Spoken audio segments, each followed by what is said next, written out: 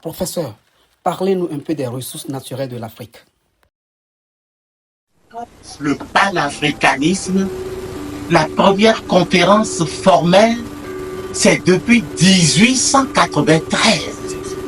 1893, à Chicago, où nos frères de la diaspora, les Africains et rien que de la diaspora se sont dit, mais tel qu'on nous traite là et tel que les conclusions de la conférence de Berlin, terminée le 26 février 1885, tel que les décisions ont été prises, nous ne pouvons pas accepter le dépeçage de l'Afrique. Ils ont organisé avec leurs propres frères, c'est-à-dire c'était des pasteurs, c'était des gens convaincus de la place de l'homme, de l'être humain dans tout ce qui doit se passer dans le monde.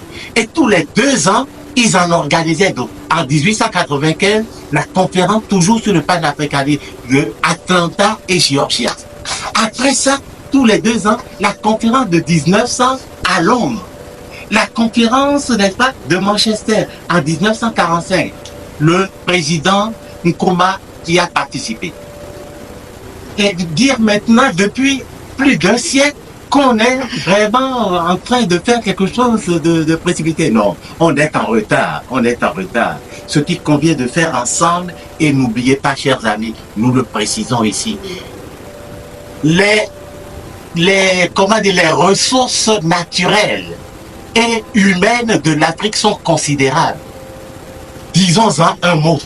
Ressources naturelles. Vous avez en Afrique 96% des diamants du monde. Vous avez 85% du fluor du monde. Vous avez 55% de l'uranium du monde. L'uranium, 55%.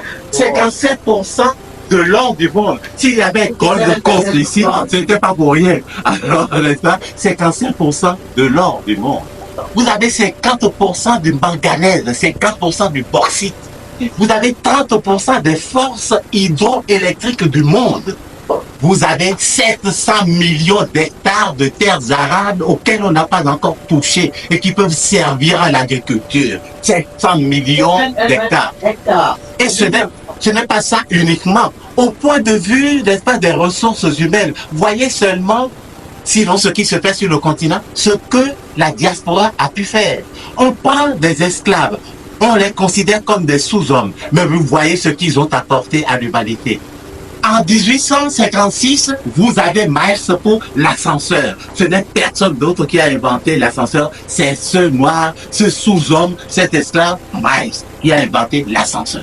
En 1946, vous avez Rieu, qui a inventé l'évaporateur, pas pour la cristallisation du jus de canne à sucre pour avoir des morceaux de sucre. Si aujourd'hui le monde dispose de morceaux de sucre, c'est grâce à cet Africain-là, n'est-ce pas, qui a tout inventé.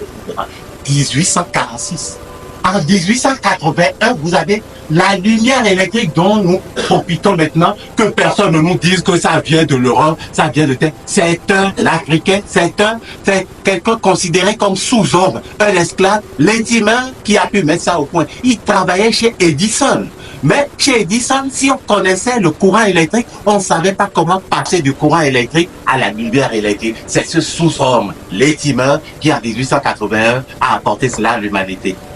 Voyez le feu tricolore. Mais c'est Morgan, c'est un sous-homme, c'est Morgan qui a mis cela au point, le feu tricolore, où vous avez le truc que je vous avez c'est Morgan qui a mis ça au point. Et voyez toutes les signalisations télégraphiques.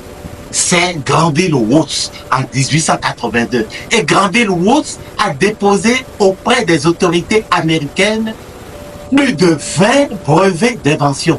Une trentaine de brevets. Granville Woods, n'est-ce pas, à 1882, and so on, and so on. Et vraiment, on peut vous en citer plus de 100. La mère Dia peut vous en citer près de 200. Non, vous ne trouverez cela dans aucun livre. Vous ne trouverez cela dans aucun livre. Voilà comment fonctionne le monde pour faire des Africains des enfants éternels. Alors que dès qu'on est dans un environnement de besoin, on sait comment répondre aux exigences. On sait comment répondre aux besoins. Et rapidement, on sait comment y répondre. S'agit-il de ce qui concerne la vie, même ça, tout ce qui concerne, n'est-ce pas, la forêt. J'étais, n'est-ce pas, dans la forêt d'Amazonie. Je raconte tel frère, n'est-ce pas, et du Brésil. Il me dit, ah, est-ce que professeur, vous savez, quand quelqu'un meurt là, immédiatement, il y a une feuille qu'on peut prendre et qu'on peut donner à celui qui vient de mourir, mais il va se réveiller. Mais qu'est-ce que c'est? C'est quelque chose que nous connaissons ici, que nous avons vu au point ici. Quand deux bois, n'est-ce pas, entrent en lutte, quand l'un des bois met à mort, n'est-ce pas, l'autre bois, pris comment dirais-je, de frayeur ou bien de repentir, l'autre bois qui a tué, n'est-ce pas, son ouvrier, va prélever cette feuille, lui donne ça et le bois se relève. Nous connaissons tout ça, c'est maîtrisé. Tout ce qui est de la forêt est maîtrisé. C'est ce que nous appelons les nouvelles mots dans telle ou telle langue, etc. C'est-à-dire les principes de la vie, les principes, n'est-ce pas, du monde. Chers amis, pour terminer, ce qu'il convient de dire, c'est que ce sur quoi on met l'accent souvent, à savoir la corruption, on se trompe d'orientation. La vraie corruption et les vrais corrompus sont ceux qui cèdent l'Afrique à 0 point, ceux qui cèdent à des prédateurs l'Afrique.